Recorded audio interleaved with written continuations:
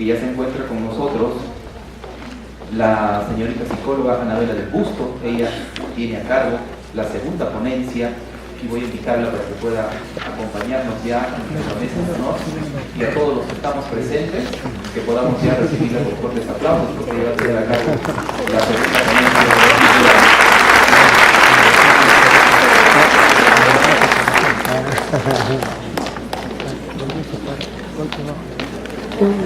Muy bien. Y mientras ella va tomando el emplazamiento, voy a hacer un poco de la breve presentación de nuestra segunda ponente en este primer Congreso Internacional de Educación, el aprendizaje por competencias. Anabela del Busto es licenciada en Psicología Clínica de la Pontificia Universidad Católica del Perú, coordinadora general del Centro Educativo Kinderland desde hace 20 años, coordinadora general también de Provocación desde el año 2007, docente universitaria, capacitadora y conferencista en diversos temas relacionados a crianza, vínculo, desarrollo, pedagogía consciente, manejo de emociones, entre otros, certificada en disciplina positiva en la familia y también en la disciplina positiva en el aula de clase.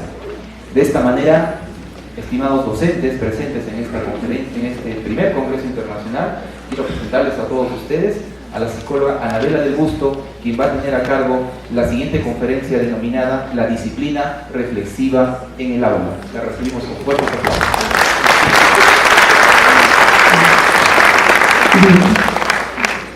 Muchísimas gracias por el recibimiento. Contentísima de estar en Huancayo. No es la primera vez que vengo a trabajar con grupos de maestros, de docentes, de directores.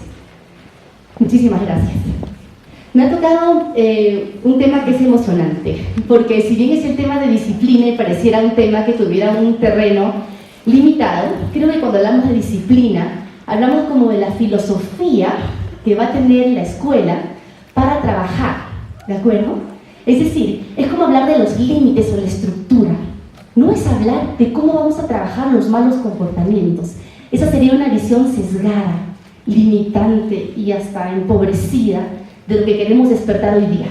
Lo que queremos decirles es, vamos como a tratar de construir juntos un sistema, no lo vamos a lograr hoy día, ¿no es cierto?, pero por lo menos a despertar algunas sensaciones importantes y cuestionamientos para pensar y cómo queremos nuestro sistema disciplinario, o mejor dicho, nuestra estructura, o mejor dicho, los límites para ser felices dentro de la escuela, y qué hay que tener en consideración para eso. Quisiera que piensen rapidito, son como 3 preguntas, en su cabecita, pero que empiecen a conectarse con el tema de manera vivencial, ¿de acuerdo? Entonces vamos a imaginar, a recordar claramente una escena en la que ustedes se portaron, puede ser de niños o adolescentes, de la manera que no se esperaba. Y quiero que piensen ahora por qué creen que se portaron así. Piensen, nada más. Esa escena en la que ahorita me apareció en tu cabeza y que te parece que decepcionaste a alguien o hiciste algo malo o parece ser que no entienden lo que haces, y piensa qué había detrás de eso, ¿de acuerdo? ¿Por qué lo hiciste? Piensa ahora cómo reaccionaron los que estuvieron a tu alrededor, es decir, qué hicieron ellos y ellas. Tú te portaste mal aparentemente y hubieron reacciones a tu alrededor. Recuérdalas, ¿de acuerdo?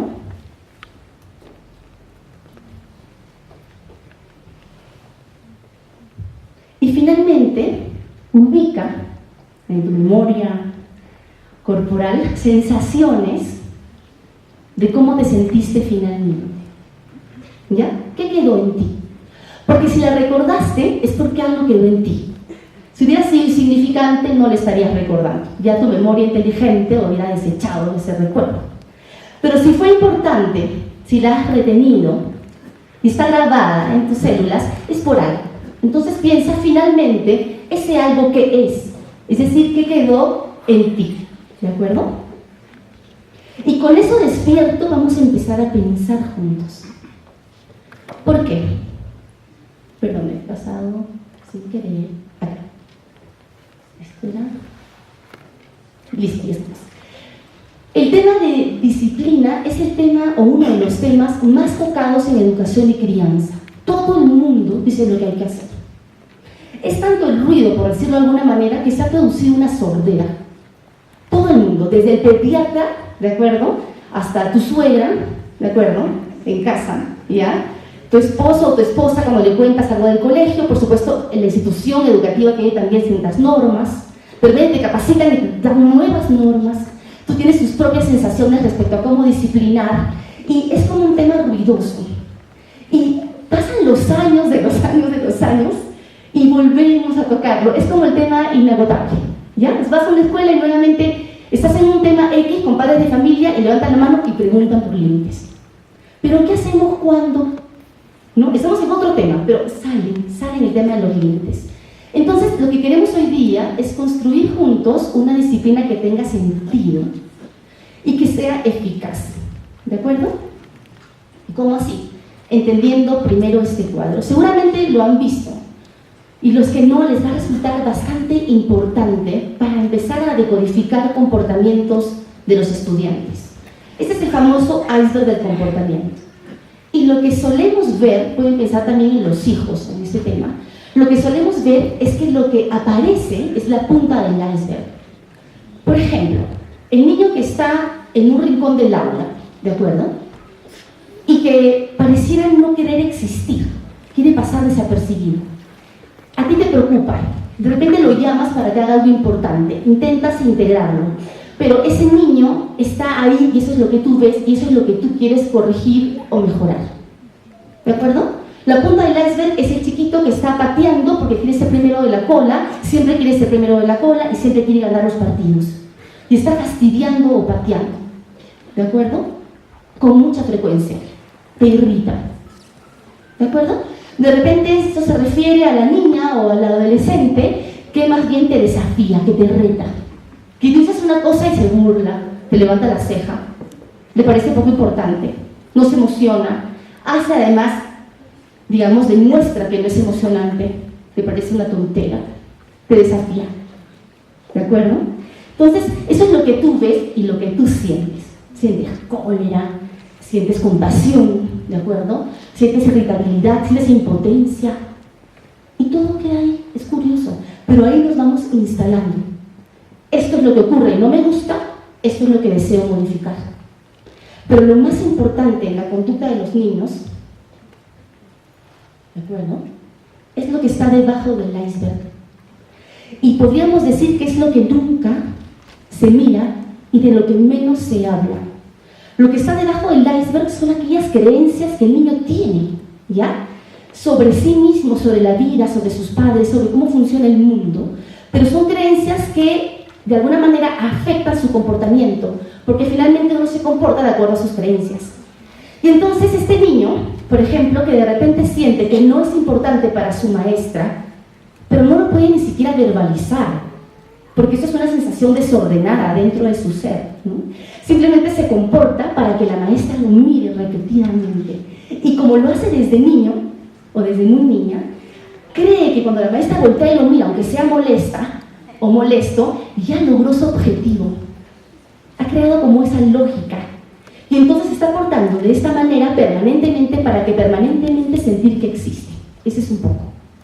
Entonces eso te permite pensar, ajá, entonces no es que yo debo decirle que se calle, o no es que yo debo decirle que espere su turno, que es lo que hago siempre, le recuerdo, ¿de acuerdo?, que espere su turno, que hemos hablado de eso, que le toca a su compañero. Somos como muy tajantes corrigiendo la conducta de la punta del iceberg. Lo que tengo que ver adentro es qué cosa está necesitando de verdad este niño o esta niña, porque esa necesidad está moviendo la conducta. Y es muy interesante porque además hay fenómenos grupales, ¿no?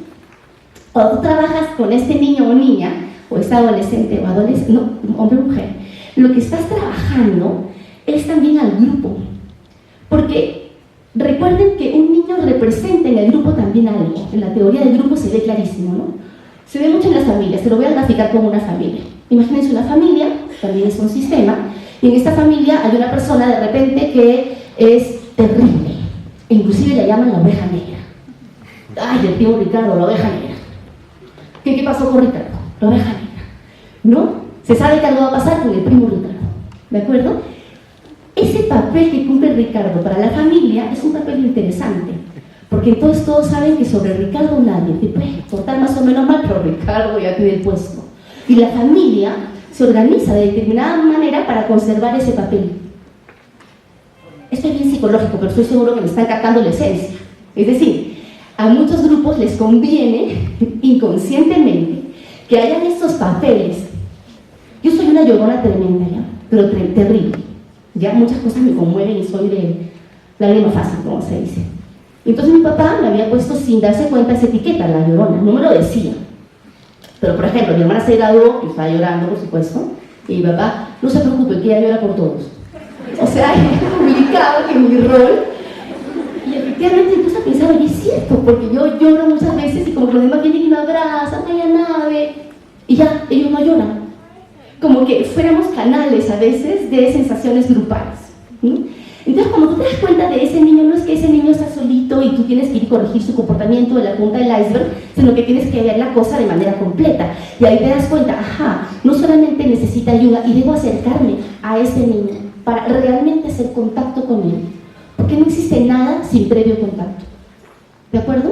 Tengo que mostrar mi interés genuino.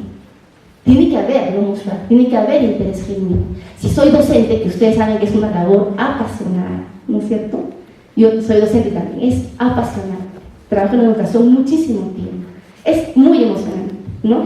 Y uno sabe que está ahí por sus estudiantes y te mueve algo, y a veces sueñas con tu estudiante, ¿no? O sea, lo llevas acá, ¿no? Y con esa pasión también te acercas a mirar esto que está ocurriendo y sabes que estás trabajando también el sistema grupal, ¿de acuerdo?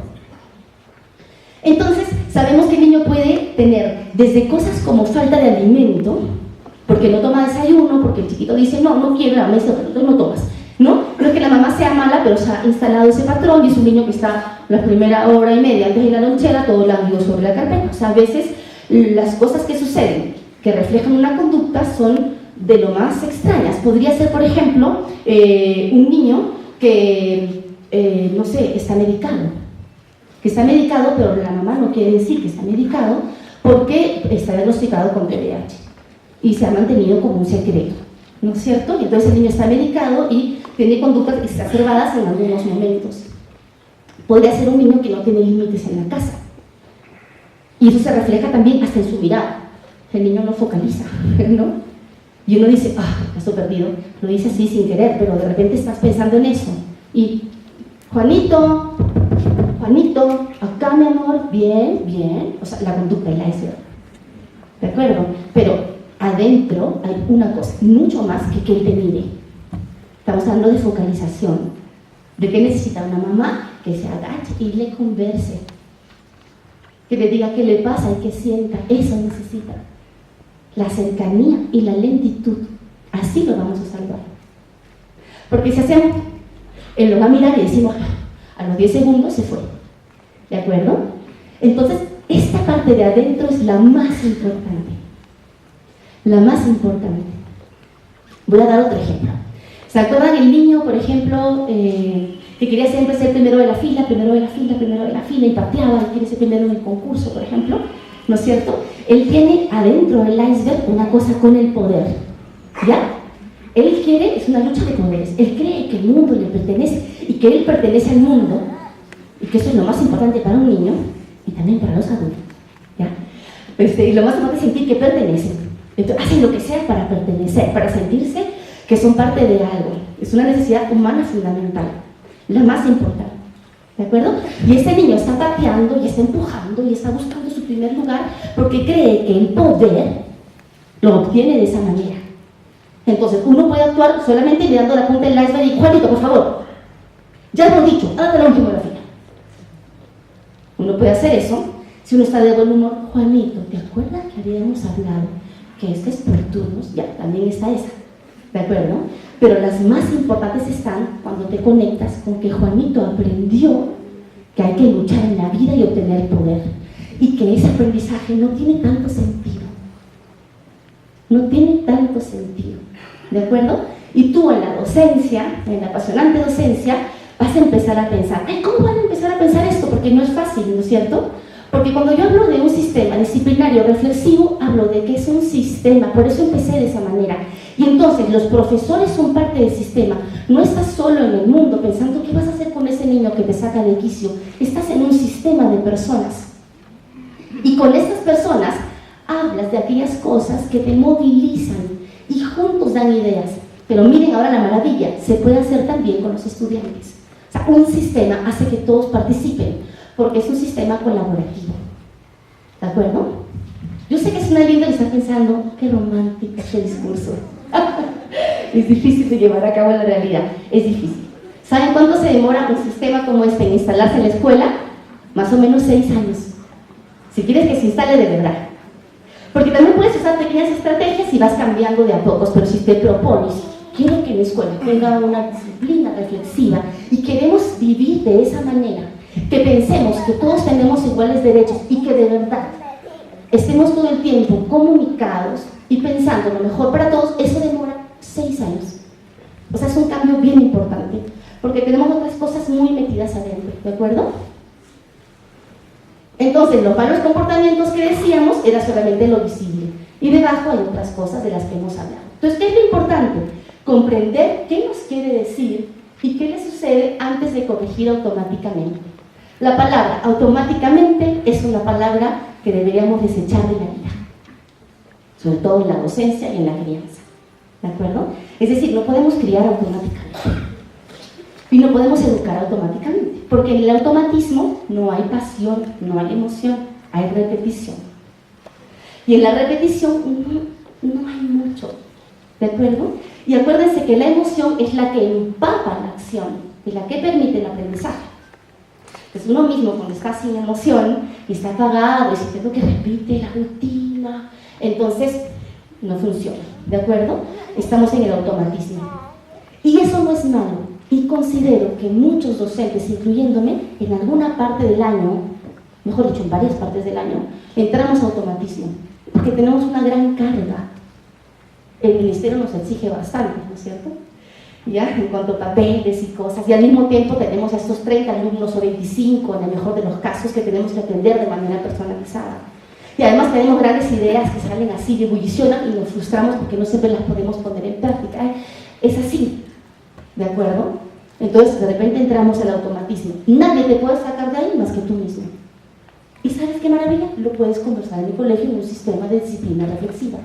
Es decir, ¿cómo enciendo nuevamente mi ser docente feliz? Es un tema. No es un romanticismo, es un tema. Y hay que hablarlo, ¿de acuerdo? Bien. Entonces, ¿qué es disciplina positiva o disciplina reflexiva? El nombre oficial es disciplina positiva y yo lo he querido variar, ¿no? Pero a mí me gusta hablar mucho de disciplina reflexiva. Bastante más, ¿de acuerdo? Pero se basa en la disciplina positiva y es un enfoque que no está en el exceso del ser libres, ¿de acuerdo? El ser permisivos, digamos, ni en el exceso de control. El control excesivo es una escuela militar, donde la autoridad máxima dice lo que hay que hacer y ni siquiera puede ser cuestionado. Ese es el exceso del autoritarismo. Y en la parte permisiva es cuando no importa, son niños, ay, ya, pues están peleando, pues aquí no se peleó, o sea, eso es, la parte permisiva cuando ya te resignaste un poco y lo estás excusando, no confías en que eres capaz de poner límites y las cosas se quedan así. Pero en el fondo lo que corresponde a un adulto que está acompañando en el crecimiento es poner límites. Entonces, se basa principalmente en el respeto mutuo, en la colaboración, como les decía, y en enseñar competencias básicas para la vida. Ese concepto es hermosísimo y parece obvio. Respeto mutuo es que yo considero que al niño o al adolescente, al que estoy acompañando en su aprendizaje y en su crecimiento, es una persona completa, única e irreemplazable en el universo y que viene con una singularidad que no va a poder ser nunca opacada o no debiera ser opacada y que a veces el sistema escolar ha uniformizado, o sea, no permite que las singularidades florezcan o emerjan, ¿de acuerdo? Y entonces Cuando dice respeto mutuo, es que yo respeto a este ser humano con su singularidad, así como respeto a la maestra con su singularidad, así como respeto al niño en el aprendizaje que se equivoca. O la equivocación no debe estar. Cualquier proceso de aprendizaje tiene equivocaciones. Es más, esperan las equivocaciones. Es más, las equivocaciones sirven para seguir aprendiendo. Y ese niño se equivoca de esa manera y tiene unas singularidades que son de esta otra manera. Ese es un ser humano que yo voy a acompañar. ¿De acuerdo? Eso es respeto mutuo. Pero si yo tengo una creencia que es, bueno, los niños hay que educarlos, o sea, yo soy el guía, no es respeto mutuo. ¿Por qué? Porque detrás de eso hay una creencia intensa donde tú eres el guía. Entonces los guías están parados un escalón más arriba. Sin el guía tú te pierdes. Tú dependes del guía. Si yo me voy a un lugar, no sé, a Indonesia, y no tengo guía, me pierdo. Yo de verdad que mi guía lo perseguiría hasta para ir a comer, ¿no es cierto? Le diría, aquí mismo en esta casa nos encontramos. Sí, correría para encontrarlo porque dependo de él. Los niños no podemos generar dependencia. ¿De acuerdo? Voy a explicar ahora por qué. ¿De acuerdo? Colaboración, lo acabo de explicar, es un sistema colaborativo. Yo puedo pedir opinión a los niños e inclusive puedo pedir que construyan reglas, inclusive voy a pedir que piensen de esta regla y que evalúen cómo estuvo la regla durante la semana. Inclusive ellos van a hacer frases, ¿de acuerdo? Y las vamos a colgar en el salón, frases que tengan que ver con aliento. Porque nos hemos dado cuenta, porque para eso lo he trabajado, que algunos niños que se portan mal es que están desalentados. Quieren ser parte, que los miremos y han encontrado esa forma y de repente hasta lo conversamos así, sin señalar o señalando si el niño nos permite contarlo. Y todos pensamos, ¿y qué haríamos con los niños? Podemos decirle esto, esto y esto. Yo lo he visto hacer. Es maravilloso. Podemos decirle que lo queremos, dijo el niño. Se siente un poco mal. ¿De acuerdo? Siente que no lo estamos mirando. Me acaba de decir que cree que nosotros no lo queremos. Entonces un chiquito levanta la mano. Podemos decirle todos los días que lo queremos. Y venían en la mañana, te quiero, le decía. Segundos de la vida, pero fundamentales. Si no vemos la educación como una cuestión humana, con afecto, no podemos avanzar. ¿De acuerdo? Y esta parte preciosa, competencias básicas para la vida. Esta es la parte. ¿Por qué? Porque, vamos a mirar acá, a ver si lo tengo acá. Muy bien, vamos a imaginar, para ayudarnos a ser un poco más interactivo y ayudarnos a pensar, vamos a imaginar que un estudiante o un hijo, pueden ser cualquiera de los dos, que ustedes tienen mucho afecto y que han visto crecer varios años, ¿de acuerdo? Si su hijo lo ha visto crecer siempre, va a venir dentro de 25 años. Para que eso no sea duro, imagínense que ustedes se quedan de la misma edad, ¿de acuerdo? Pero sus hijos o sus estudiantes sí van a crecer 25 años, ¿ya? Y entonces van a llegar y van a tocar la puerta de su casa y ustedes van a abrir esa puerta, ¿de acuerdo? Y van a ver a este ser humano, puede ser hombre o mujer, su hija, su hijo, su estudiante que han visualizado, y lo ven y sienten que ven a una persona como la que siempre quisieron, que se ha desarrollado bien, que ha madurado, una persona íntegra. ¿Cómo quisieran verlo? Imaginen características de lo que ustedes dirían, wow, o sea, qué orgullo mi hijo, qué orgullo mi hija, o qué orgullo mi estudiante, bien. ¿Qué características tendría esta persona? Las están pensando, me imagino que van por el lado de seguridad, por ejemplo, que sea seguro. ¿Les gustaría que fuera independiente? Sí, que tenga sentido del humor. También, ¿no es cierto? Que sepa distribuir el tiempo entre el ocio y el trabajo. Amiga, sí. Que de repente sea organizado y ordenado en sus cosas. Solidario, respetuoso, sí, responsable. Muy bien. Que se divierta. Que tenga más felicidad que tristeza. También tristeza, pero que sabe equilibrar. Entonces, efectivamente, esto que está acá y mucho más, perdón, que eso a veces es un poco rápido. Muy bien. Esto que está acá, pero que podríamos llenar toda esta lámina de palabras, se llaman habilidades para la vida. Las habilidades para la vida son las que se van a servir para toda tu vida y van a tener una implicancia significativa en tu desempeño como ser humano, en cualquier área en la que tú te encuentres. Trabajo, familia, voluntariado, amigo, ¿de acuerdo? Lo que quieras, ya profesión, ocupación, lo que hagas. Es lo que todos quisiéramos para nosotros mismos también y que a veces nos damos cuenta, no, me falta, ¿de acuerdo? Muy bien, a eso vamos a llamarle habilidades para la vida. Y la disciplina reflexiva, esa es su mira permanente, ese es su norte, ¿de acuerdo? Ahora, vamos a dejar esto de lado y vamos a imaginar los típicos conflictos que tenemos en el aula. Imaginemos, ¿con qué tienes que lidiar tú todos los días que te resulta un poco fastidioso? Terminan siendo conflictos. Entonces, seguramente están pensando cuando los chicos no hacen la tarea, cuando son quejosos, ¿no es cierto? Cuando las mamás reportan que usan demasiado tiempo las redes, cuando de repente no cumplen con las cosas que tienen que hacer o con traer el material, se pelean, tú sabes que hacen bullying, no tienes pruebas pero te das cuenta, no son integrados, te gritan o gritan en el aula, conversan todo el tiempo. Esas son las cosas seguramente con las que tienes que lidiar, ¿de acuerdo? Vamos a llamarle conflictos comunes en el aula, ¿no? Que conversan mucho, no hacen tareas, conductas desafiantes, bullying, por ejemplo. ¿De acuerdo? ¿Hasta ahí estamos bien? Seguramente hay más, pero para el caso nos quedamos con algunas en la cabeza. Y finalmente vamos a pensar en formas comunes de tratar estas situaciones. Piénsenlas. ¿De acuerdo? Piensen ahora, ¿verdad? Cuando están conversando yo, ¿qué hago? ¿Qué suelo hacer? ¿Qué suelo hacer? Cuando no trajeron la tarea o no han avanzado nada de lo que les mandaba avanzar, ¿yo qué suelo decir? ¿Cómo suelo mirar?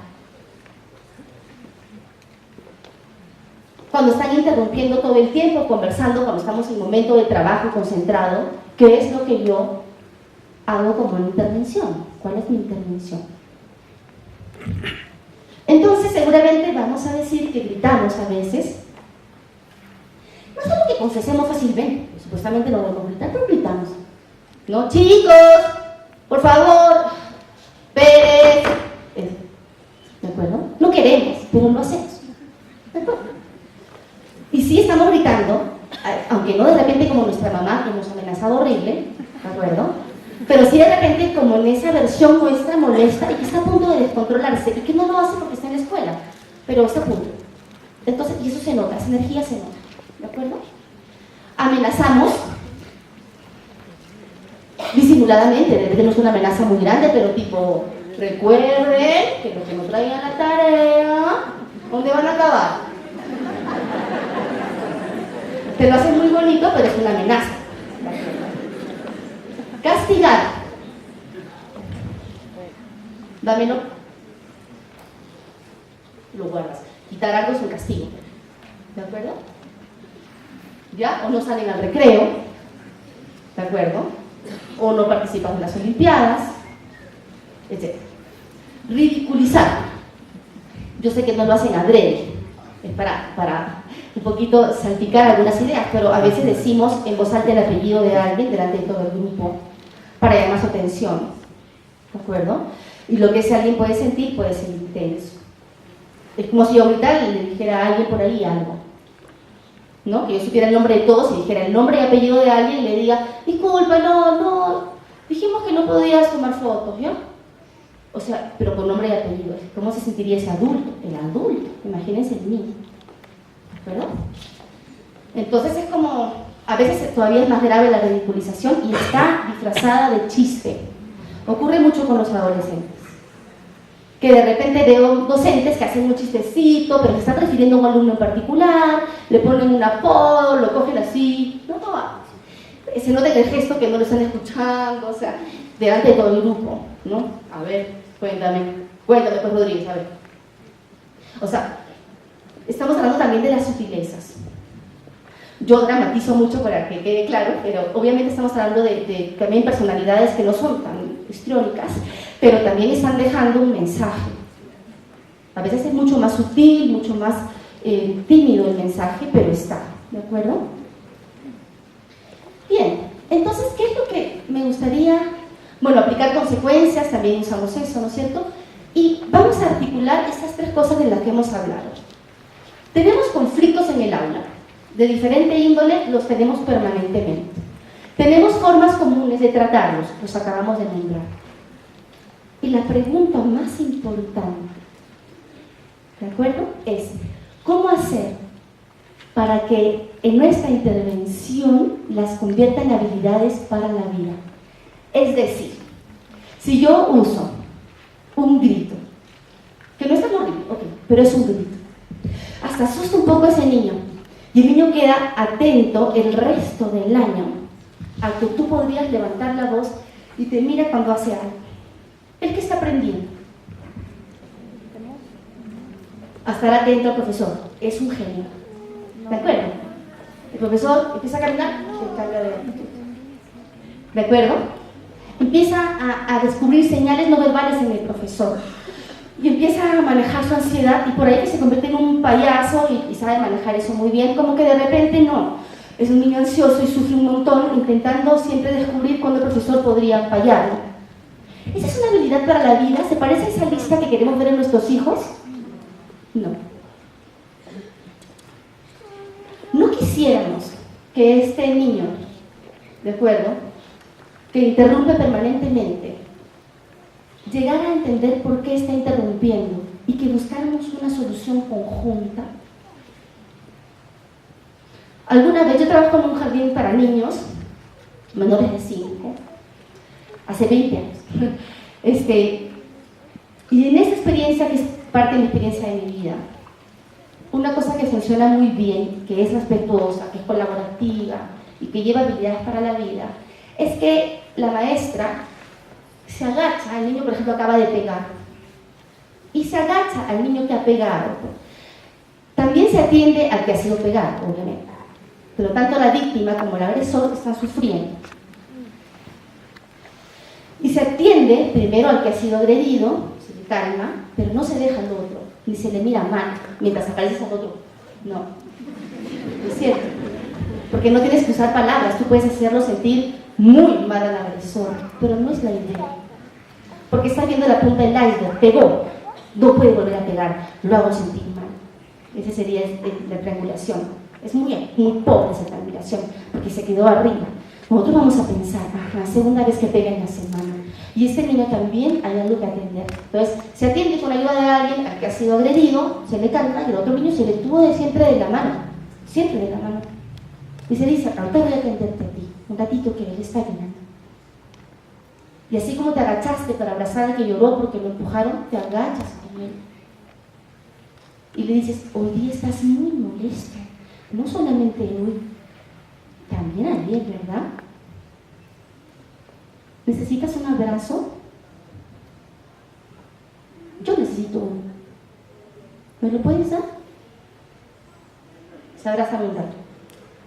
¿De acuerdo? Un ratito se abraza y luego, si él no está dispuesto, no lo puedes ir respetando. Entonces le dices, hoy día antes de salir tenemos una cita para hablar de qué te está pasando y ayudarte.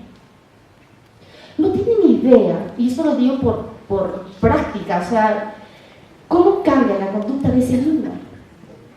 Y tiene que ver con estas pautas básicas de conectarse con él, de respetarlo, de escucharlo con genuino interés y de plantear una solución en la que él va a intervenir. O sea, él va a intervenir porque le vas a decir qué te pasa y qué podemos hacer.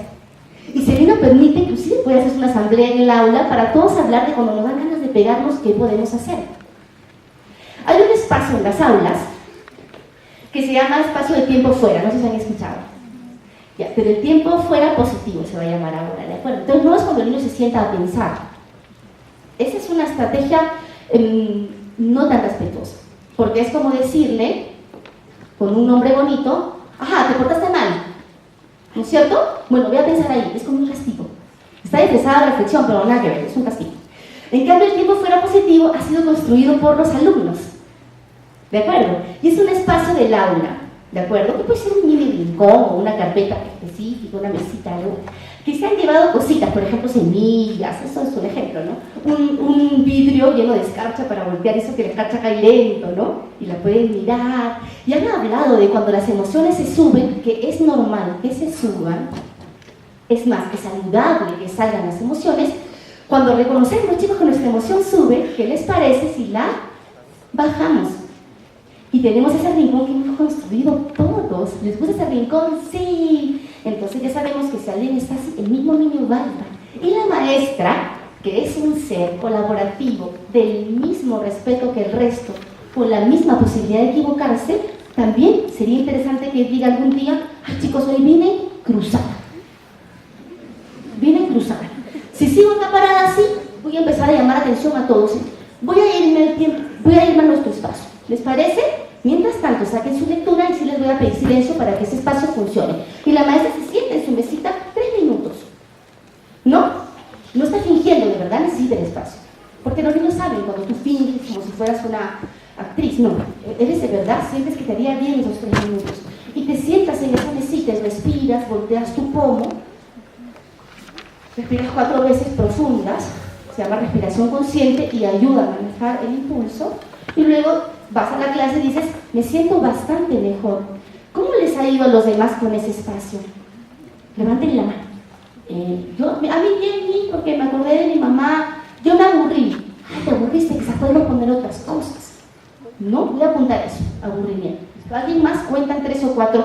¿Qué hacemos con el aburrimiento de Mateo? ¿A alguien se le ocurre que puede haber algo más ahí? ¿Una tablet? No. No se puede. ¿Se acuerdan que aquí no tenemos ni teléfono ni tablet? Porque acá estamos usando nuestro cuerpo y nuestra cabeza y nuestro corazón al mismo tiempo. Y la tablet paraliza nuestro cuerpo. Entonces, vamos a pensar bien en otra cosa. Y de repente terminan diciendo piedritas, semillas. Entonces tú dices, buena idea, voy a poner un embudo, una canasta de semillas de girasol. De repente meter semillas también nos calma. Vamos a probarlo esta semana. Esta escena se llama disciplina reflexiva. ¿De acuerdo? Y además pasa a probarse. ¿No? Entonces, si tú no puedes decir que tu método está colaborando con la habilidad para la vida, tienes que pensar, creo que hay métodos que tengo que eliminar. O sea, creo que hay cosas que aparentemente me funcionan, porque el niño se calla, pero es temporal. Las habilidades para la vida van quedando en el tiempo, van quedando, se van como instalando. El castigo que te quita inmediatamente el grito va a regresar de todas maneras, porque no ha quedado algo como aprendizaje para la vida. Ocurre con todo. Solamente el hecho de que tú preguntes y escuches es un aprendizaje para la vida. Solamente el hecho de que varios den soluciones es un aprendizaje de lo que sería democracia y escucha efectiva. Solamente que se ponga a prueba es una habilidad para la vida de análisis de las propias soluciones. Es como decir a los niños, confío en ustedes. Niñas, niños, yo confío en que aquí va a salir una respuesta. Y confío de verdad, por eso los escucho. ¿De acuerdo? Adler, que es uno de los teóricos de esta teoría, decía, todos merecemos ser tratados con la misma dignidad y respeto independientemente de la edad. Porque una cosa interesante es que de repente existe la creencia, que no es una creencia que ayude, sino es una creencia que no ayuda, es un paradigma que no colabora, de que cuando algo hace mal, tienes que pagar por ello. Es una creencia. Si haces algo mal, paga por ello. Y cuando el niño se asusta o lo que sea, hay un gozo adentro. ¿No? Como que pague. ¿De acuerdo? Pero es una creencia que no funciona. No hay que pagar. Cuando yo me equivoco, me gustaría no sufrir. Y me encantaría que mi pareja me diga, amor, a mí me pasó. ¿No? Ven, ¿qué podemos aprender de esto? Bueno, no sé, lo que yo diga, pues soy llorona, ¿no? Ya vamos a ver cómo, ¿no? ¿De acuerdo? Pero si me señalan el error, y me señalan el error, ¿a dónde podría llegar? Entonces, una confesión es que a veces los adultos, entre adultos, se portan distinto y con niños de adolescentes se portan diferentes. Y creen que eso es una excusa o un argumento suficiente y no es real. No porque sea un niño tendría que soportar un grito, no porque sea un adolescente tendría que soportar un castigo del cual él ni siquiera tenía idea que eso era una consecuencia de su propio comportamiento. ¿Se le ocurrió a la mamá o al profesor dar ese castigo? ¿No? Nunca se le escuchó, nunca se abrió un espacio como para pensar juntos. Entonces, cualquier edad, todos, por eso que la maestra puede decir, es solo ofuscarme, me voy al rincón. ¿De acuerdo? Por eso es que la directora, el director o el encargado de conducta puede venir al aula y contar algo también y decirles, aprendí tanto de ustedes ayer, chicos, en la barra, que ustedes jugaban tanto, primer y segundo grado juntos, y ustedes iban perdiendo y alentaban igual al otro equipo, que me llevo eso para siempre. Y eso lo dice de repente el coordinador general de primaria. Qué un aplauso para todos, aplauden todos, me voy feliz, abrazo a la maestra, buen trabajo todo, se va feliz. 2 minutos, aprendizaje para toda la vida. No se compite, se puede apoyar al otro equipo. Por ejemplo, ¿de acuerdo? Y esto también es muy interesante porque a veces los docentes pensamos que los niños que obedecen son los ideales. Y ese es un niño sumiso. Muchas veces detrás de un niño obediente hay un niño sumiso. Y un niño o una niña sumiso es una persona que de adulto va a ser alguien bien alejado de lo que consideramos que era un adulto íntegro. ¿Se acuerdan todas las características? En la sumisión no se puede desarrollar ninguna de esas. Ni independencia, ni emprendimiento, ni iniciativa, ni autonomía, ni creatividad, porque nunca puedes ser tú. El niño sumiso está siempre detrás de sí mismo. Es tremendo, es un problema difícil después de sacar adelante. ¿De acuerdo? ¿Hasta ahí clarísimo? ¿Sí? Muy bien. Entonces, esto lo expliqué. El sentido de pertenencia es lo que todos los niños y adolescentes estamos buscando. Sentirnos parte de un grupo porque somos amados, porque podemos contribuir al bienestar y porque tenemos creencias positivas de lo mismo y somos parte de una comunidad que también lo considera así. Esto no es importante, o sea, no tenemos que memorizarlo, solo tenemos que sentirlo. ¿Okay? Eso que ustedes sienten a veces cuando llegan a una reunión y como que no conocen a nadie, ese nerviositos así, eso sienten los niños cuando no están perteneciendo. Los adultos, que nos encanta disimular, sacamos el celular y nos hacemos lo que no estamos incómodos. Pero confiesen, a veces nos sentimos incómodos, muy incómodos en ambientes que no conocemos a nadie o que sentimos que no pertenecemos. Y hacemos una serie de malabares internos para sobrevivir a la situación. El niño no va a hacer un malabar de ese tipo, va a ser mucho más directo y se va a portar mal o se va a portar de una manera extraña, ¿no? Voy a darles ahora lo más importante que yo considero de la ponencia y voy a hacerlo rápido y concreto. El espejo. Nosotros no podemos darnos el lujo de trabajar con otros seres humanos si no hemos trabajado primero con nosotros mismos. Eso no es un consejo, eso es un deber, es una responsabilidad. ¿De acuerdo? Si yo estoy educando a mi hijo, pegándole con correazos, ¿de acuerdo? Imagínense, ¿de acuerdo? Y yo no estoy trabajando el manejo de mi ira, entonces no lo voy a educar bien. No puedo excusar mi agresión con que a mí me educaron así, que a la fuerza, que la letra con sangre. A ver, conéctate contigo. ¿Te gustaba que te pegaran? ¿Te hizo una mejor persona de verdad? ¿Te encanta ese recuerdo cuando tu mamá te agarraba correazos? Sé sincero contigo. Tenemos que empezar a trabajar con nosotros mismos como seres humanos para poder ser buenos maestros, ¿de acuerdo? Pero lo primero que trabajamos es la conciencia. Y la conciencia es estar presente. Estar presente significa que observo esta situación en mi clase. ¿Qué siento? ¿Qué estoy pensando de esta situación? ¿Qué estoy sintiendo en esta situación? ¿Cuál es mi rol en esta situación? ¿El sargento que voy a gritar? ¿Ese es mi rol? ¿Cuál es mi rol? ¿De acompañante reflexivo? ¿Cuál es mi rol? ¿Qué rol quiero tener? ¿Y qué decido hacer? Si hay conciencia, lo que decidas hacer va a ser súper congruente y va a colaborar con este sistema y con un aprendizaje para la vida, ¿de acuerdo? Los segundos son las creencias. Son conceptos que tenemos desde que somos niños y creemos que son verdaderos o falsos a carta cabal. Nunca los cuestionamos. Que los niños hay que estar siempre junto a ellos porque son dependientes. A carta cabal lo creemos. Que la educación está para que el niño tenga conocimientos. A carta cabal lo creemos. Y darle con la tarea, ¿ya? Que los hombres son más fuertes que las mujeres. Y a carta cabal. Déjalo, que se pelean son hombrecitos. A carta cabal con ese paradigma que tú tienes. En la educación, el regalo más grande que yo tuve metiéndome en el tema educativo fue que me permitió cuestionar mis paradigmas y ser una mejor versión de mí misma hoy día. Mucho mejor versión. Me emociona decirlo. Tuve que cuestionarme cosas básicas de mi propia vida para ser una mejor persona. Y eso me lo permitió mirar mis creencias. ¿De acuerdo? Atrever a cuestionar. Porque muchos diálogos internos que yo tengo, no se los digo a nadie, pero son parte de mi conciencia adentro, tienen que ver con esas creencias. Y yo puedo llegar a pensar, ¡ay, qué pesado! Por un niño, ¡ay, pesado! ¿Por qué me interrumpe? Y tu creencia es, no debería interrumpirme. porque yo estoy hablando, y como yo soy la autoridad, y ya lo dije en el primer día de clases, ¿por qué él me interrumpe? Esa es una creencia. Él sí te va a interrumpir, es niño, tiene una necesidad, quiere que lo mires.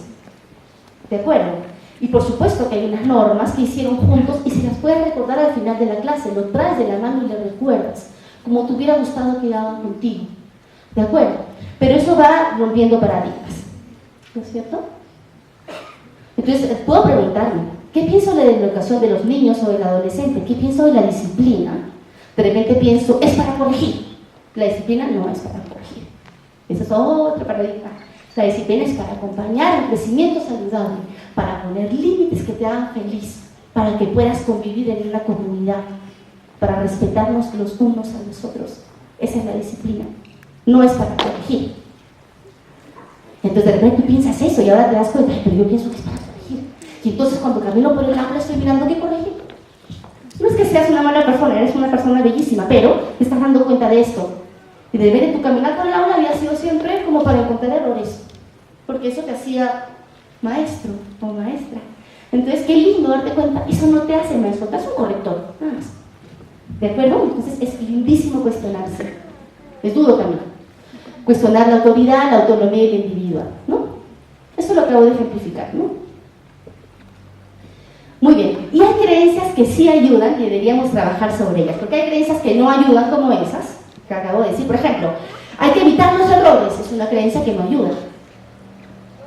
Una profesora podría decir, los errores son fabulosos, porque podemos aprender de ellos. Inclusive podría decir, ¿alguien se equivocó? Yo, perfecto, cuéntanos en qué te equivocaste. Ven.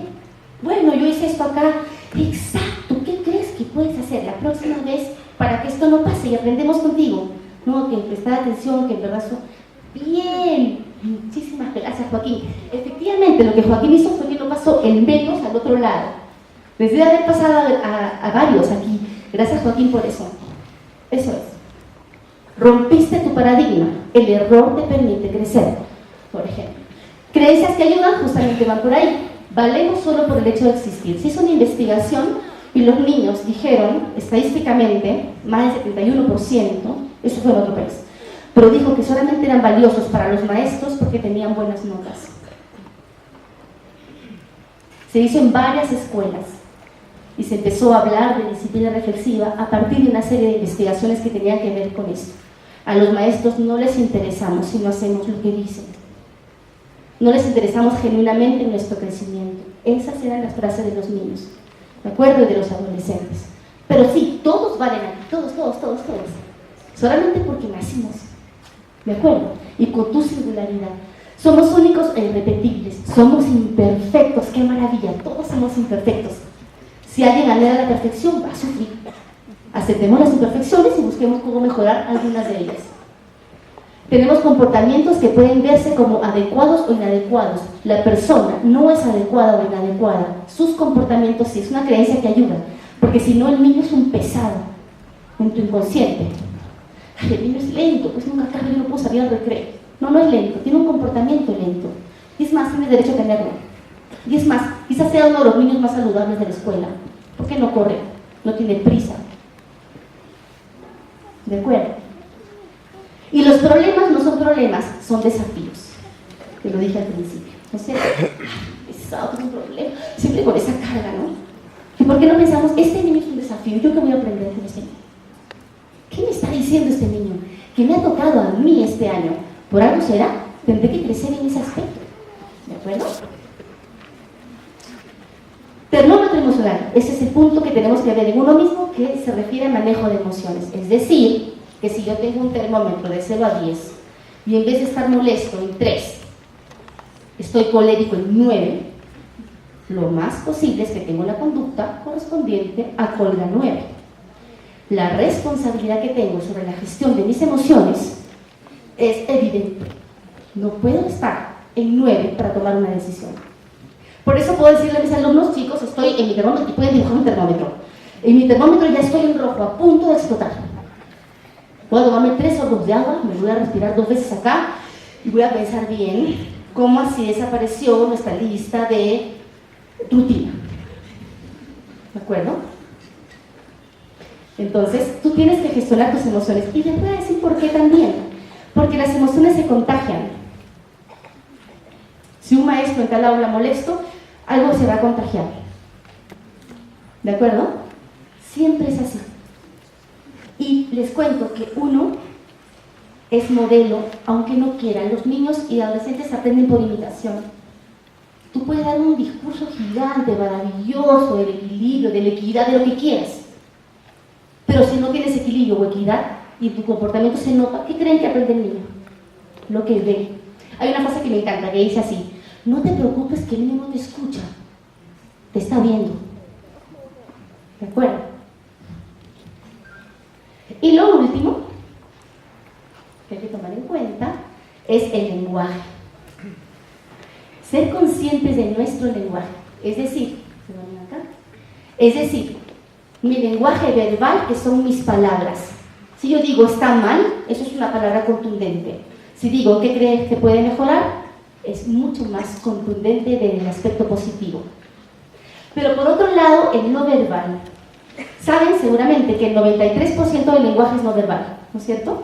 El 93%. El 93% de lo que se entiende es por lo no verbal. Ustedes saben acá que estoy emocionada, que estoy tomada por mis ejemplos, por mi lenguaje no verbal, mi tono de voz, mi respiración, mis gesticulaciones. ¿De acuerdo? Ustedes saben de mí más de lo que ustedes creen, solamente porque me han observado esos 40 minutos o 45 minutos. Por mi forma de moverme, de tomar el paso, un estilo, algo dice de mí. Bueno, malo, no importa, pero algo.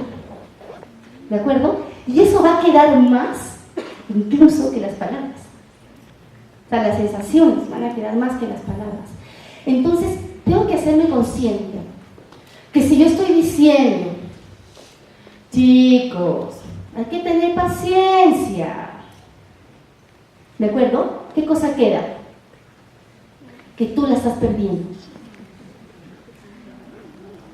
Estás a punto de fallecer. Chicos, o sea, los 4 gramos de energía últimos del día están en esta clase. ¿Ya? O sea, no es chicos, a ver, pensemos juntos. No es, ya no tiene fuerza.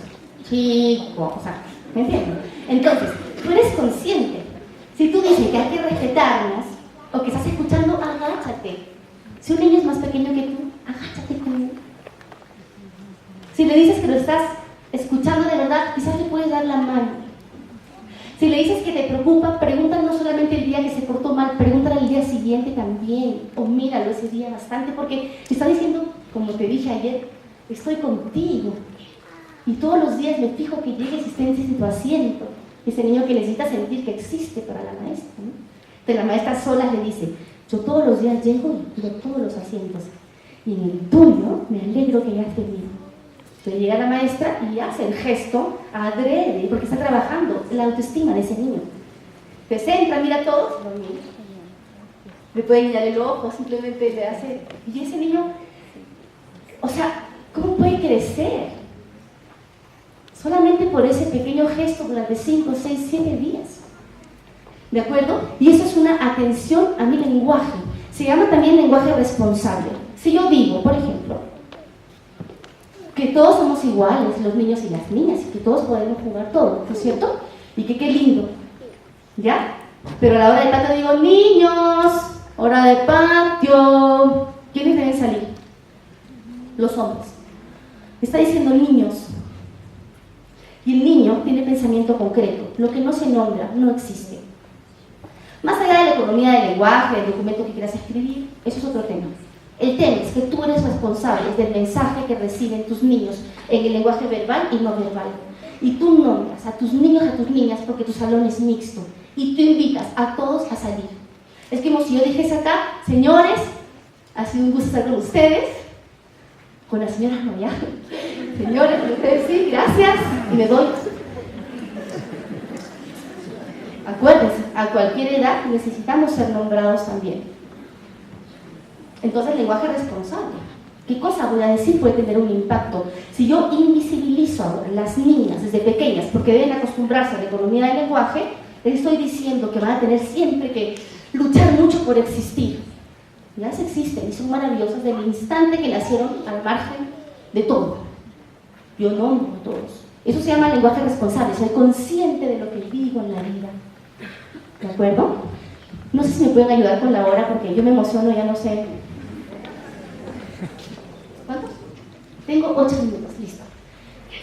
Con 8 minutos no voy a hacer lo que sigue porque es como abrir otra puerta. Prefiero que en esta parte, si ustedes tienen alguna pregunta o comentario, quizás puedan hacer. ¿Les parece eso? ¿Sí?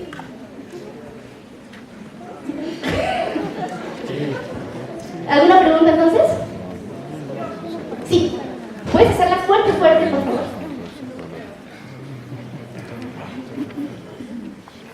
Buenas tardes, bienvenida Huancayo. Me encantó su ponencia, me encanta la conexión que usted establece entre una formación integral, holística con el alumno. Incluso me quedó una pequeña duda, ¿no? Usted habló de energía. ¿Realiza o recomienda usted algún tipo de ejercicio para que esa energía en el aula se unifique? Esa es la primera. La segunda es que, bueno, casi ha mencionado algunas cosas. ¿Existen métodos o formas de corrección en el sistema de la disciplina positiva? Ok. Lo de la energía es muy interesante, porque a veces suena como muy así alternativo, esotérico, y no queremos ni tocar la palabra, pero todos sabemos que somos energía y hablamos con un físico y nos lo va a explicar perfectamente. La energía se siente, es un tema más y de eso también se puede hablar con los chicos.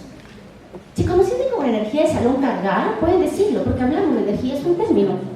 ¿De acuerdo? Y sí creo que la energía puede equilibrarse si notamos que no está equilibrada y si puede usar técnicas, por ejemplo, de respiración consciente. Yo sí creo, abiertamente, que si el aula comenzara todos los días con ejercicio de respiración consciente, sería un día distinto. Sí creo que equilibra la energía de quien vino caminando, de que la mamá lo jalonó para cruzar la pista, de que escuchó una pelea entre papás, del tráfico. Y yo sí creo que todos, hasta ustedes, imagínense empezar el día con sus niños respirando 7 veces. Es un regalo para uno. Entonces, hay, pienso, ciertas técnicas que de repente pueden aprender y son muy fáciles de aprender, que pueden ayudar a equilibrar la energía, si es que lo llamamos en esos términos. También se puede decir equilibrarnos en general, o empezar bien, empezar tranquilos, los términos que deseen. Y lo otro era técnicas de corrección. Yo, en disciplina positiva, no se habla de corrección. No, se habla de conexión y luego de construcción. ¿De acuerdo? Pero el fin es ayudar al niño a modificar la conducta que termina siendo incómoda para él mismo en cuanto lo percibe. Lo que pasa es que no es consciente y repite su conducta, pero en cuanto tú lo ayudas a mirar, que cuando él grita los compañeros le tapan los oídos y se alejan de él, y que la maestra además también siempre como desconcierta un poco. Y un día cuando él habla, porque tú lo guiaste bajito y todos lo escuchan y tú dices, mira Luciana, te hemos podido escuchar esta vez. ¿Escucharon la voz de Lu? Sí, dicen todos, ¿no? ¿No es linda? Sí, Lu, esta es la voz que no conocíamos, tráela siempre. Entonces, claro, vas a evitar que ella grite, pero no le llamamos método de corrección, porque el método de corrección es como algo más conductista. Y acuérdense que los conductistas lo que quieren es sumar nuevas conductas o restar nuevas conductas, y por lo general estos son métodos más punitivos. ¿Ya? Gracias por las preguntas. ¿Alguna otra pregunta? ¿Me preocupo o...? A ver, fuerte. Buenas tardes. Muy interesante la ponencia. Gracias por todo su aporte que nos das como maestra, también soy maestra de inicial. Pero me quedo acá con varias interrogantes. Desde el primero sería cómo ayudar a las maestras que se están iniciando en esta carrera apasionante de trabajar con niños en autogestionar sus emociones. Y eso no lo logramos fácilmente. Yo ya tengo también más de 20 años trabajando en aula inicial. En ese proceso he aprendido yo misma. Entonces, ¿cómo ayudar a las maestras a autogestionar sus emociones, a conectarse con ella misma y romper esos esquemas que ha venido trayendo desde sus parámetros, desde su formación, desde la familia, ¿no?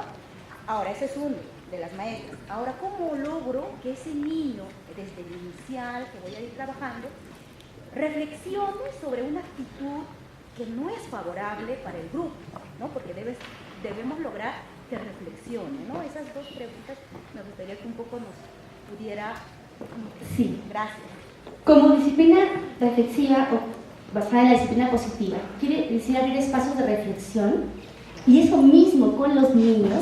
Es interesante el ejemplo, porque de repente estoy en una asamblea de profesores y digo, a mí me gustaría poner en la agenda este tema, y lo voy a confesar porque soy imperfecta. Soy buena maestra, pero soy imperfecta, y entonces me doy cuenta que a esas alturas del año, en octubre, me exploto muy fácilmente, no me autogestiono bien. ¿Tienen ustedes ideas? ¿Me pueden ayudar? A mí me pasa lo mismo, a mí también. ¿Por qué no hacemos esta asamblea como una lluvia de ideas para probar? Porque justamente el sistema lo que dice es eso, seamos colaborativos. Y si lo hacen entre las maestras, va a ser muy fácil también aplicarlo entre los niños. Pero cuando solamente la maestra solita tiene disciplina positiva, solita en el mundo, y llegas a un profesor y que a nadie le importa que siente, no hablan nada, es horrible, ¿no? Pero cuando tú empiezas a instalar cosas en el equipo y dices, ay chicos, nos damos 10 minutos para hablar de esto, ¿no? Y de repente empieza a cambiar todo y te das cuenta, pucha, qué bien me hizo. Inclusive la disciplina positiva tiene un método por pasos del 1 al 10. Y te enseñan cómo trabajar asambleas con problemas con tus estudiantes. Y se resuelve entre profesores, no necesitan a la autoridad. No siempre, de repente para empezar el sistema sí, pero no todos los días necesitan a alguien. A veces no nos damos cuenta y tenemos la creencia de que necesitamos de alguien que esté siempre recordándonos que podemos ser colaborativos, y no es real. Tú tienes que creer eso. Puedes poner en tu aula, somos colaborativos permanentemente, queremos un mundo mejor. Y recordar siempre, si te olvidas, lo miras, si alguien se olvida, lo señalas, que es como haces con tus alumnos. ¿De acuerdo?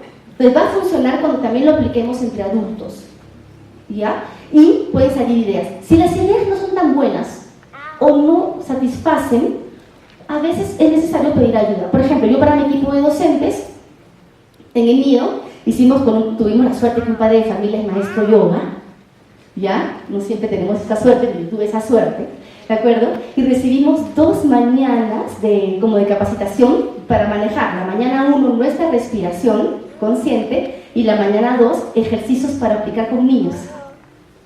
Y era genial, ¿no? Bajábamos una estrella con la respiración y una pita, o sea, cosas que los niños podían hacer y que de verdad que nosotros no se nos iba a ocurrir, ¿no? Pero por lo general se nos ocurre. Por lo general sí se nos ocurre. Y por lo general entre los niños también se les ocurre. ¿De acuerdo? Gracias. Sí. La felicito, una hermosa exposición, pero aquí también habemos profesores de educación secundaria y creo que nos gustaría escuchar algunos tips o ejemplos para aplicar esta disciplina reflexiva con los jóvenes, que es un mundo diferente a los niños de la sección inicial. Ajá. Cuando dije que era profesora inicial era para que conocieran mi experiencia, pero todos los ejemplos que he dado se dan a todo nivel, solamente que no te agachas. O sea, es decir, a un joven de 14, tú le puedes decir, cogiéndolo del hombro, le puedes decir, te estoy notando últimamente muy desmotivado. ¿Quieres conversar conmigo de esto a la salida, por ejemplo? ¿De acuerdo? O pones también en la asamblea el tema. Dices, chicos, chicas, estamos hace días esperando que traigan sus avances y no los traen. Necesito escuchar por qué no los traen. La flojera, no encontré información. ¿Realmente no la encontraste o no tuviste el impulso para buscarlo? No, en verdad lo busqué. Bien, ¿por qué no buscaste? Por flojera. Ya tenemos 2 opiniones de que por flojera, ¿no es cierto? No estamos buscando información. ¿Alguien más puede explicar por qué no traen los avances? Entonces explican, me olvidé. Y tú explicas, el olvido es un síntoma. Explicas, lindo, precioso, ¿no? El olvido es un síntoma. Les voy a contar y le cuentas. Cuando tú te olvidabas de pagar la luz, era un poquito para fregar a tu esposo. ¿Me entiendes? Porque son esos olvidos que en verdad te olvidaste. Tú puedes jurar que te olvidas. Te juro que me olvidé, el recibo está ahí. Tú pasaste antes del recibo, curiosamente no lo viste, pero de verdad no lo viste, es inconsciente. Entonces tú pasas, coges las llaves, no coges el recibo y te vas. Al 5.º día te dicen, oye, ¿por qué no pagaste la luz? Te lo pedí, nos cortaron la luz y tú, qué locas. Y de repente te das cuenta, si eres reflexiva y te das cuenta, oye, en verdad no quería pagar la luz. No me da la gana. Me estaba olvidando por eso. La verdad, pues. Entonces, sinceras, amor, la verdad no me da la gana de pagar la luz. Sé que es una cosa de infantil de mi parte, pero creo que esto proviene de que estoy histérica contigo por tal punto. Ah, qué bueno que me dices, sí. Me demoré en decirte, pero me has ayudado a tomar conciencia. Bueno, ¿qué es lo que te escribo? Esto. Ya, entonces se lo problema. La luz se para al día siguiente, esas noches oscuras, ojalá se reconcilie. ¿Ya? Pero en todo caso, es muy interesante porque los alumnos adolescentes tienen una cosa bellísima. La adolescencia también hay un paradigma, la adolescencia es complicada, es un paradigma. La adolescencia es una belleza, son unas hormonas en movimientos efervescentes, permanentes, pero un cerebro al mismo tiempo que explota de una forma, una capacidad de empezar a hacer hipótesis increíble. Se puede explotar el cerebro adolescente de una manera genial porque está dispuesto a pensar, está dispuesto a debatir, está muy dispuesto a defenderse y muy dispuesto a cuestionar, cosa que no sucede en la niñez. Y entonces muchas de estas cosas que se determinan en grupo, por ejemplo, bueno, ¿y qué hacemos con la flojera? Chicos, perfecto, estamos flojos. Perfecto, acá está. Eso no es para juzgarnos. No pasa, a mí también me pasa. Inclusive los que se han olvidado, finalmente estamos confesando que es por flojera. Entonces, voy a anular el tema del trabajo. Hablemos de la flojera. Cuéntenme qué pasa con una persona que nunca enfrenta la flojera y termina chorreándose diciendo, me olvidé, no encontré. O sea, ya. ¿Qué pasaría? Demos ejemplos, ustedes den ejemplos. ¿Qué pasaría con tu mamá si se olvida de comprar la comida, pagar el colegio? O sea, ¿qué pasa con esas flojeras? Y grupos de 5, ¿cómo vamos a hacer para vencer la flojera? O sea, ahí. Va a ser bastante más rápido incluso que los niños. Tienen ideas más rápidas. Y mucha conversación a solas, porque en la adolescencia hay terror a publicar los defectos y mucho miedo al ridículo. Esto es un taller de sexualidad para adolescentes. Esta es la postura de todos, ¿ah? Todos, ¿ah? Así. Sexualidad. O sea, temas interesantísimos. Tirados en el piso, no sé qué preguntar. Tenía que hacer preguntas anónimas, ¿no? Para que les metan una flor. No sé qué preguntar, no se me ocurre. O sea, todos sabían todo. Expertos en sexualidad humana, ¿no? Tuvimos que trabajar un montón de actitud antes de seguir, pero bien bonito, con unas dinámicas. Y después los separamos en cuartos distintos, les dimos 5 papeles para que hagan preguntas anónimas. El ánfora revienta. No les cuento las preguntas porque se me espanta. Están curiosos de todo. ¿De acuerdo? Todo. Todo es todo. Eso que no imaginan, eso también. O sea, olvídense. ¿Por qué? Porque andan chequeando internet, ¿de acuerdo? Y esa no es la forma de educar la sexualidad. Entonces estamos hablando de las ventajas de estar ahí preguntando y repreguntando y hablando y construyendo, pero su actitud, o sea, yo hubiera dicho, si no conociera la adolescencia, hubiera dicho, Dios mío, me retiro ese taller. O sea, yo no recibí una sola mirada de gracias, estoy interesado, ni una. Ahora que estamos trabajando un poco más, están empezando a abrirse los ojitos, ya se pide con besito de mí, ya, estamos logrando, más lento. ¿De acuerdo? Entonces hay que cuidar que sea como más. Si hay que conversar cosas privadas con adolescentes, es importante respetar la privacidad y la confidencialidad. Y decirles, todo lo que yo hable contigo se queda en estas 4 paredes. O se queda en este pasillo, no sé dónde se pone. Pero, digamos, jamás diré, ni a tus padres, porque no se llama confidencialidad, lo que estamos conversando nosotros. ¿De acuerdo? Porque no es necesario correr a donde los papás para acusar, ¿no? O sea, tú eres que has conversado con esa persona y ahí puedes tejer algo importante, ¿no? Con los papás es importante cuando el problema trasciende o está en riesgo la vida o la salud de alguien, ¿no? Pero si son problemas de aula, dale, tú habla, ¿no? Un poco por ahí. ¿Ayudó? Okay. Bien, creo que el tiempo ya... Muchísimas gracias.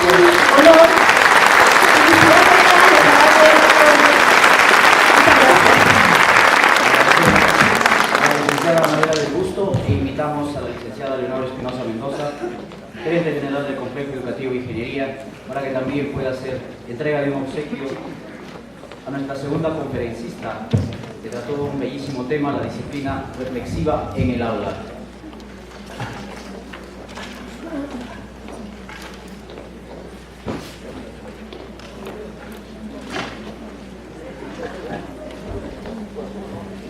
Fuertes los aplausos, por favor.